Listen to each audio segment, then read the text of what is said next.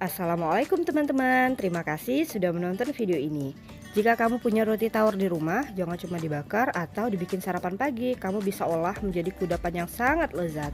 Nah, di sini saya menggunakan 5 lembar roti tawar ya teman-teman. Kita susun atau kita tumpuk rapi seperti ini, kemudian mulai kita potong-potong, kita jadikan beberapa bagian. Pastikan potongannya sama besar ya teman-teman, agar nanti tampilannya tetap cantik. Oke, jika udah kita potong seperti ini, sekarang kita balas. Jadi kita potong seperti ini. Jadi nanti dia bentuknya nih kayak segi empat ya teman-teman, atau seperti kotak dadu. Nah, ini kita susun rapi. Oke, ini udah selesai ya teman-teman. Dapatnya lumayan banyak. Kita rapikan.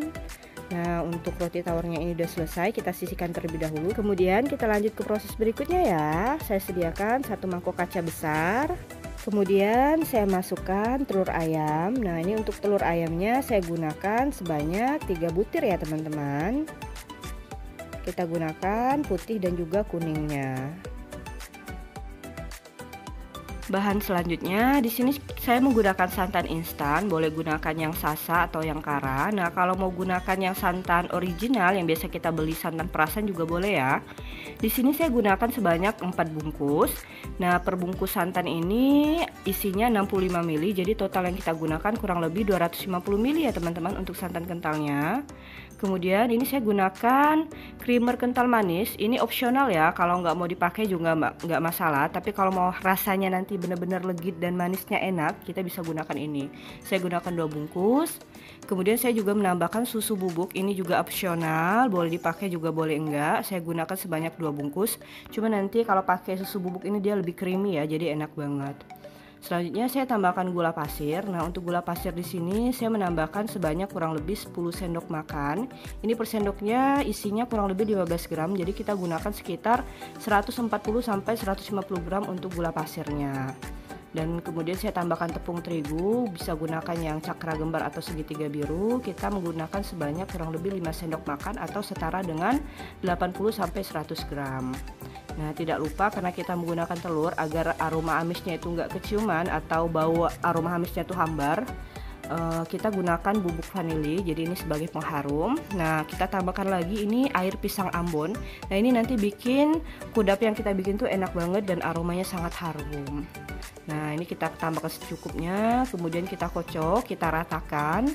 Boleh gunakan pengocok telur seperti ini, juga bisa gunakan mixer. Nggak harus mengembang, yang penting semua bahannya tercampur rata ya. Nah, jika udah seperti ini, dia masih agak kental, saya tambahkan lagi susu beruang, ini sekitar setengah botol atau kurang lebih 80 sampai 100 ml. Ini juga opsional, kalau nggak punya susu beruang boleh gunakan air biasa ya, air putih sebanyak 80 sampai 100 ml. Nah, ini udah menyatu semuanya. Kemudian bahan ini akan kita salin atau kita bagi dua ya. Jadi kita membaginya harus sama rata, dari mangkuk satu ke mangkuk satunya lagi. Nah, ini udah rata ya teman-teman, udah sama, kita bagi. Selanjutnya di sini kita ambil 1 mangkuknya ini. Nah, ini sama isinya, kita ambil yang 1 mangkok. Kemudian saya menambahkan pasta pandan atau pewarna pandan, ini secukupnya aja.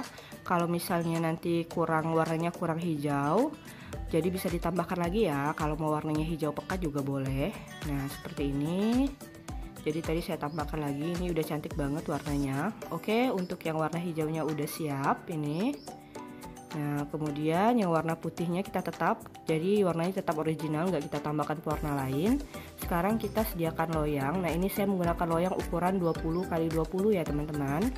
Kemudian tidak lupa kita masukkan blue band atau margarin ke dalam loyang. Kemudian kita olesi rata bagian bawah dan samping-sampingnya.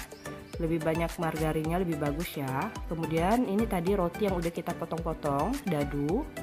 Nah, kita masukkan ke dalam loyang. Nah, ini untuk rotinya nggak sekaligus kita masukkan ke dalam loyang, tapi kita bagi menjadi 2 ya teman-teman. Nah, ini cukup. Kemudian kita ratakan rotinya. Barulah setelah itu, ini tadi adonan yang berwarna hijau, adonan pasta pandannya atau adonan pandannya, kita masukkan, kita siramkan di atas roti. Nah, ini bagian bawahnya kita ambil, kemudian kita ratakan ya. Oke, ini udah siap. Selanjutnya di sini saya menggunakan teflon besar atau boleh gunakan wajan atau panci kukusan. Kita masukkan air. Kemudian langsung kita simpan loyangnya tadi. Nah, seperti ini. Kemudian kita tutup. Nah, ini akan kita kukus kurang lebih 15 sampai 20 menit ya, teman-teman. Nah, ini setelah kita kukus kurang lebih 20 menit, kita buka. Nah, jadi cara masaknya gampang banget. Kemudian ini kita rasa pakai tusuk gigi boleh yang bersih. Nah, kita mau lihat apakah sudah matang atau belum. Nah, ini udah matang ya teman-teman. Barulah selanjutnya kita masukkan lagi tadi yang sisa setengah dari roti yang udah kita potong-potong atau roti dadunya. Nah, jadi kita enak banget kalau nggak punya panci kukusan bisa gunakan teflon besar. Yang penting nanti loyangnya itu cukup ya. Nah, ini kita baru masukkan lagi tadi adonan yang original, yang warnanya original. Nah, kita siram di atasnya seperti ini. Nah, pastikan ketika kita mengukusnya atau kita memasaknya, air di bagian bawahnya jangan sampai kering ya teman-teman. Oke, ini boleh kita ratakan agar semua bagian rotinya tetap terkena dengan air adonan. Nah, ini udah selesai, kita tutup kembali, kemudian kita kukus lagi kurang lebih 15-20 menit ya teman-teman, boleh gunakan api besar. Nah, ini setelah kita kukus selama kurang lebih 15-20 menit, airnya udah sisa sedikit. Ini tinggal kita rasa, kalau udah matang boleh kita dinginkan ya teman-teman untuk kuenya ini. Nah, ini dia hasilnya setelah kita dinginkan. Kemudian selanjutnya kita akan lepaskan bagian samping-sampingnya. Nah, langsung kita balik aja, kita simpan ke dalam piring sajian. Kita akan lihat bagaimana bagian bawahnya. Nah, ini mudah banget kita lepas.